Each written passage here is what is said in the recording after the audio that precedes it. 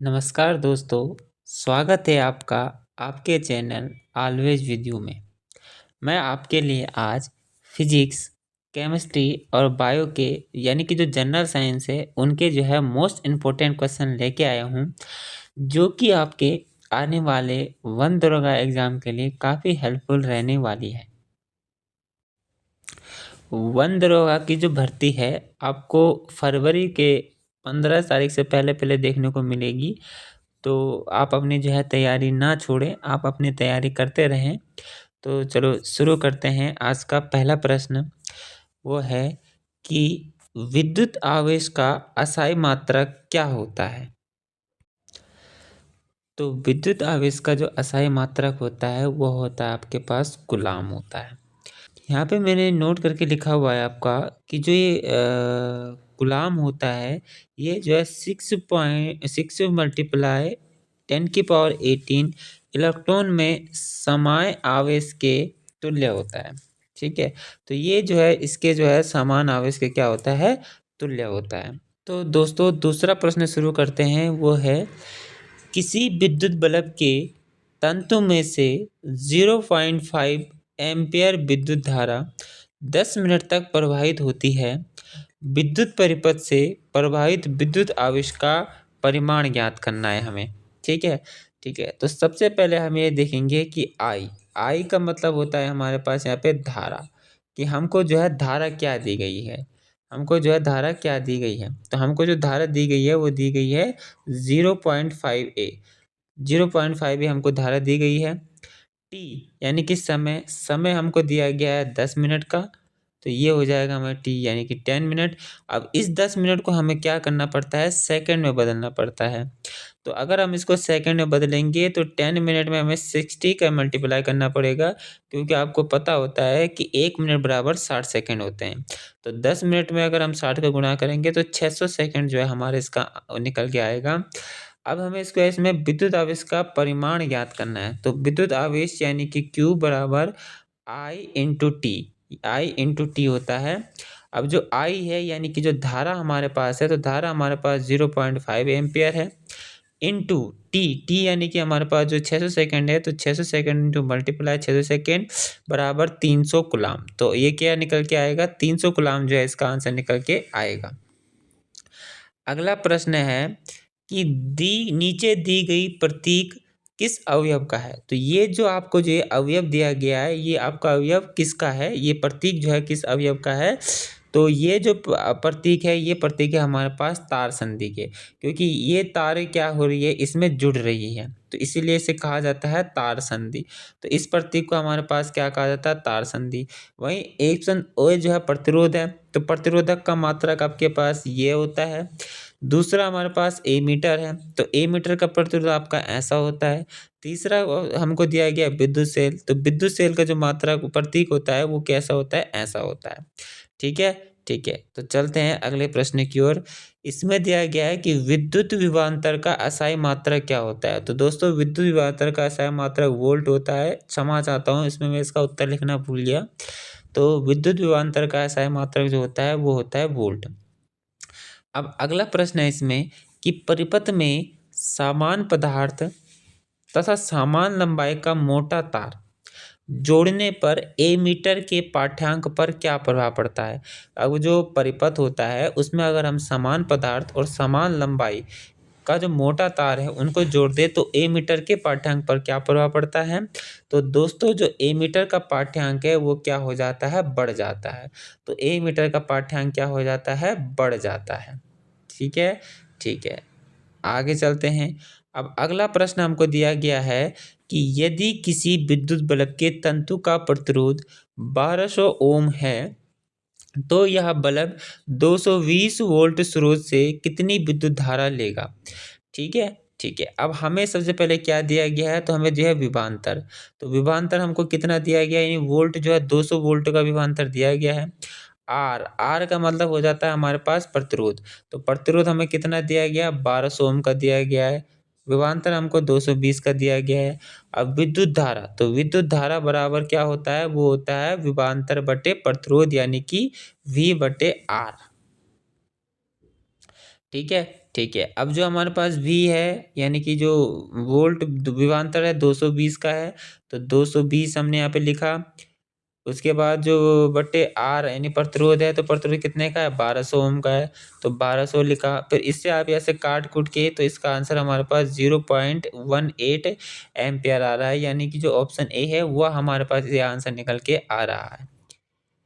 वहीं आपके पास ये जो अगला प्रश्न है उसका कि यदि किसी विद्युत हीटर की कुंडली का प्रतिरोध 100 ओम है, तो यह विद्युत हीटर 220 वोल्ट स्रोत से कितनी धारा लेगा? ठीक है? ठीक है, तो ये जो प्रश्न है आपको इसको प्रश्न को आपको खुद करना है और कमेंट में इसका उत्तर आपको मुझे देना है। इसका आंसर आपका 4.2 एम्पीयर आया, 1.6 एम्पीयर आया या 2.2 एम्पीयर आया या इनमें से कोई नहीं आया। तो इसका उत्तर आपको मुझे देना है कमेंट में, और ये प्रश्न जैसे हमने इससे पिछला वाला प्रश्न किया था, उसी के आधार पर आपने इस क्वेश्चन को करना है। बढ़ते हैं अगला। अब यहाँ से आपकी जो है मैंने आपसे कहा था मैंने थोड़े इसमें फिजिक्स के, थोड़े केमिस्ट्री के, थोड़े जो है बायोलॉजी के क्वेश्चन डाले हुए हैं, क्योंकि जनरल साइंस आपके वन दरोगा में जो है बायोलॉजी भी पूछी जाती है, केमिस्ट्री भी पूछी जाती है और फिजिक्स भी पूछी जाती है। अब जैसे इसमें कहा गया है कि कोशिका की आत्महत्या की थैली के रूप में किसे जाना जाता है? तो जो कोशिका है, तो कोशिका की आत्महत्या की थैली या इसको आत्मघाती भी कहते हैं, उसके थैले के रूप में किसे जाना जाता है? तो वो लाइसोसोम। जो लाइसोसोम है, तो लाइसोसोम को कोशिका की आत्महत्या थैली के रूप में जाना जाता है।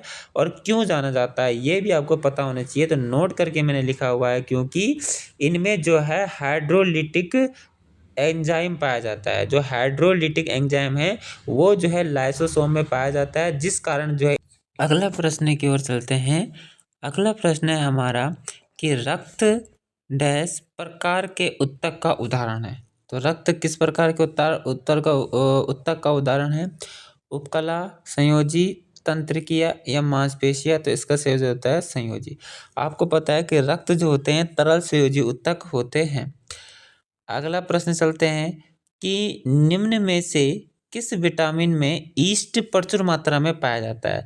तो आपको पता होता है कि ईस्ट जो पाया जाता है ये विटामिन बी, विटामिन बी में जो है ईस्ट जो है प्रचुर मात्रा में पाया जाता है। अगले प्रश्न है वह है कि मनुष्य में वृक्क एक तंत्र का भाग है जो संबंधित है। तो मनुष्य में वृक्क एक तंत्र का भाग है जो किससे संबंधित होता है? तो वो होता है उत्सर्जन। उत्सर्जन से संबंधित होता है मनुष्य में वृक्क। अगला है कि परागकोश में होते हैं। अब परागकोश में क्या होते हैं? तो परागकोश में जो होते हैं वो होते हैं परागण। ठीक है, तो परागकोश में क्या होते हैं? तो परागकोश में परागण होते हैं। अगला है कि निम्नलिखित के नाम लिखें। उत्तक जो पौधों में भोजन का संवहन करता है। ए, तो ये जो होते हैं वो होते हैं फ्लोएम। फ्लोएम जो होते हैं ये पौधों में भोजन का संवहन करते हैं, यानी कि जो पौधे होते हैं ना भोजन को एक जगह से दूसरी जगह ले जाते हैं, तो वो फ्लोएम ले जाते हैं। बी है कि मनुष्य में स्थित मनुष्य नहीं होगा, यहाँ पे मस्तिष्क होगा, तो मस्तिष्क में स्थित उत्तक। तो मस्तिष्क में स्थित जो उत्तक होता है वो होता है तंत्रिकीय उत्तक। तो इसका आंसर क्या निकल के आएगा? तंत्रिकीय उत्तक निकल के आएगा। तीसरा है कि उत्तक जो मनुष्यों में पेशियों को अस्थि से जोड़ता है। तो उत्तक जो होते हैं जो मनुष्य में पेशियों को अस्थि से जोड़ते हैं तो होता है कंडरा। ठीक है, तो इसका आंसर आपके पास ये निकल के आएगा। बढ़ते हैं अगले प्रश्न। अब यहाँ से थोड़े मैंने केमिस्ट्री के प्रश्न भी डाले हुए हैं आपके पास। केमिस्ट्री में जो लिखा हुआ है कि एथेन का आणविक सूत्र, कई बार आपसे क्वेश्चन ऐसे पूछ जाए डायरेक्ट कि एथेन का आणविक सूत्र क्या होता है? तो C2H6 जो होता है एथेन का आणविक सूत्र होता है। तो इसमें क्या होते हैं? तो इसमें आपके पास ये पूछ सकता है कि 6 संयोजक आबंध होते हैं, 7 सहसंयोजक आबंध होते हैं या 8 सहसंयोजक आबंध होते हैं। तो इसका जो सही उत्तर है वो है 7, कि इसमें जो होते हैं 7 सहसंयोजक आबंध होते हैं। बढ़ते हैं अगला प्रश्न। ब्यूटेनॉन चतुर्कार्बन यौगिक है जिसका प्रक्रियात्मक समूह, ठीक है, तो इसका प्रक्रियात्मक जो समूह होगा वो होगा हमारे पास कीटोन। ठीक है, तो इसका आंसर क्या निकल के आएगा? तो इसका आंसर निकल के आएगा कीटोन। बढ़ते हैं अगला प्रश्न। जो कि है मेंडलीव का आवर्तीय नियम किस पर आधारित है। तो मेंडलीव का जो आवर्तीय नियम है वो आधारित है हमारे पास परमाणु भार यानी कि परमाणु द्रव्यमान। अगला प्रश्न है, आवर्त में बाएं से दाएं ओर जाने पर परमाणु त्रिज्या किस प्रकार बदलती है। तो जो हमारे पास आवर्त सारणी है, आवर्त सारणी में अगर हम बाएं से दाएं ओर जाएं तो परमाणु त्रिज्या किस प्रकार बदलती है। तो परमाणु त्रिज्या क्या होती है, घटती है। ठीक है, तो परमाणु त्रिज्या क्या होती है, यहाँ पे घटती है। त्रिज्या जो होती है वो घटती है, तो वह क्यों घटती है। तो देखो, जब नाभिक होता है तो नाभिक में आवेश के बढ़ने से यह इलेक्ट्रॉनों को नाभिक की ओर खींचता है, जिससे परमाणु का जो साइज है वो क्या होता है, घटता है। ठीक है, ठीक है। अगला जो प्रश्न है वो है कि लोहे में जंग लगना इनमें से किसका उदाहरण है। तो लोहे में जो जंग लगना है वह हमारे पास रासायनिक परिवर्तन का उदाहरण है। तो वह कौन सा, तो रासायनिक परिवर्तन का उदाहरण है। अब मैंने यहाँ पे नोट करके लिखा हुआ है कि रासायनिक परिवर्तन कहते किसे हैं, कि जब कोई पदार्थ किसी अन्य पदार्थ से मिलकर एक नया पदार्थ बनाता है तो उसे ही हम क्या कहते हैं, रासायनिक परिवर्तन कहते हैं। अगला प्रश्न है कि कौन सा नियम कहता है कि रासायनिक अभिक्रिया में द्रव्यमान को ना तो उत्पन्न किया जा सकता है और ना ही नष्ट किया जा सकता है। तो ये कहता है हमारे पास द्रव्यमान संरक्षण का नियम। ठीक है, तो ये क्या कहता है, द्रव्यमान संरक्षण का नियम कहता है। अगला है कि डाल्टन का सिद्धांत आधारित है। तो देखो, जो डाल्टन है इसका सिद्धांत किस पर आधारित है, तो वो आधारित है हमारे पास रासायनिक संयोजन के नियम पर। अब देखो, डाल्टन का सिद्धांत है क्या, तो वो मैंने यहाँ पे लिखा हुआ है कि उसने दिया कि सभी द्रव्य चाहे तत्व हों, यौगिक हों या मिश्रण हों, ये सभी क्या होते हैं, सूक्ष्म कणों से मिलकर बने होते हैं, जिन्हें हम क्या कहते हैं, परमाणु कहते हैं। और परमाणु जो होते हैं पदार्थ का अविभाज्य कण होता है।